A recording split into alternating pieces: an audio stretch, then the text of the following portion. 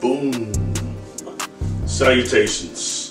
You know, this is about throwing out concepts, and this is one I think that is worthy because it's always caught my attention, and I want to approach this from three different ways. This is the concept of Death Defiers for us mortals, those that can defy death, you know. And this was presented, I've seen it in several different ways. Three different ways I'll address here. And the first was in Carlos Castaneda's books. Like the first was from, sorry, that's not first. The first time I was exposed to it was through the gurus and the swamis. There was a lot of talk through pranayama and different spiritual practices, those, and also manipulation of kundalini energy, that they could actually reverse the death process and stall the death process through pure life energy, pure prana. And there's several, if you start researching what I just said there, you'll find there's several guru names that come up. I'm not going to give you those names because it's not for me to try to pronounce them, which I'll butcher, but you can find this out for yourself. That's what these videos are here for, is to give you this reason to search on for yourself.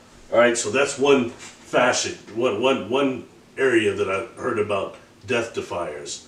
And that other would be, I was much younger when I read the Carlos Castaneda books, his whole, what do you call it, this whole entourage of books. Anyway, there are two books in there which he describes two different types of Death Defiers. And those books would be The Art of Dreaming, Chapter 11, that's one of his later books, and also in The Power of Silence. And in The Power of Silence, I do believe he calls the Death Defier the Tenet. And what the Death Defier was a novel who was taking energy from that lineage that was Castaneda, Don Juan, back to Sebastian and Elias, and all of them that were supposed to be that line of novels that was descendant of Don Juan. And what they all did was gave him a piece of energy, because he was like partially, he had the ability to manipulate his assemblage point to be almost an inorganic being, but come back to materialism, almost a manifested being, it sounds like to me. All right, and but he didn't have the necessary energy, so they had to give him some. And what was fascinating about that story was, at first he describes the Death Defier as being this old man, a thin old man with long hair and Native American. Next time he saw him, it was a woman in a church, and it really shocked him. And that's when Don Juan told him, well, the Death Defier has the ability to move the assemblage point, which is that point on our luminous cocoon, on our soul, that is actually the small point that moves. And that's where all the universe comes through and assembles the world that we perceive.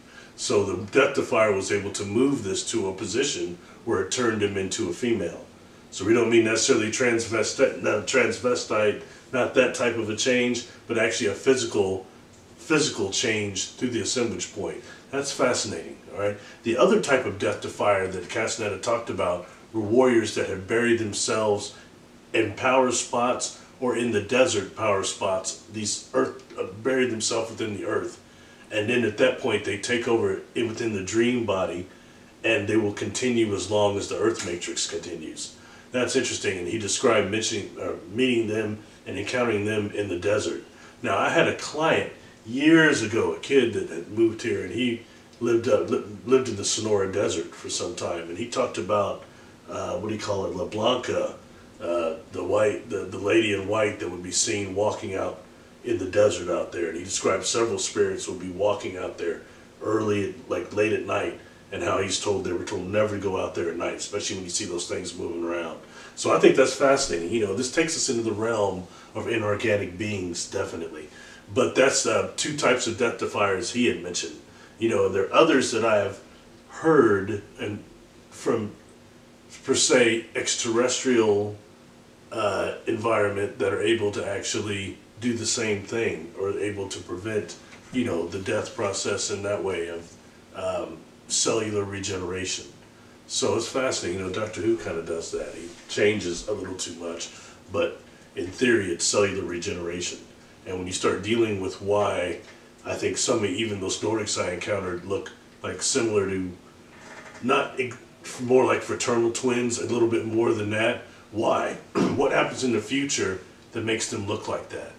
You know, it's very interesting, I think. So anyway, those are the type of Death Defiers to take into account and just kind of think about, and just do some research yourself on it, all right? And see what all you come up with, how many more different aspects of that there is. I think it's truly fascinating. And we start dealing with the concept of dream attention, awareness, and consciousness, and you have the ability to actually put 100% of your cognitive abilities into the dream body and sustain that type of dream attention to where your dream body can actually move around down here, and most people through cognitive dissonance will perceive it as a person, as you, as opposed to a ball of light jumping around.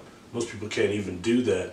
Cognitive dissonance and bias, cognitive bias, is just too much. So anyway, that's just some things to keep in mind, and kind of explore that a little bit. Think about it, and what our awareness and consciousness can do.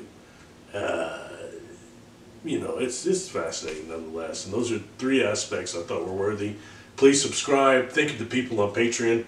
Much appreciation to you. It's because of you I'm still making these videos. Please press the subscribe and share the video, and press that bell too. So when I put something new out, you'll get notified of it. I'm still trying to beat that shadow ban forever. Peace.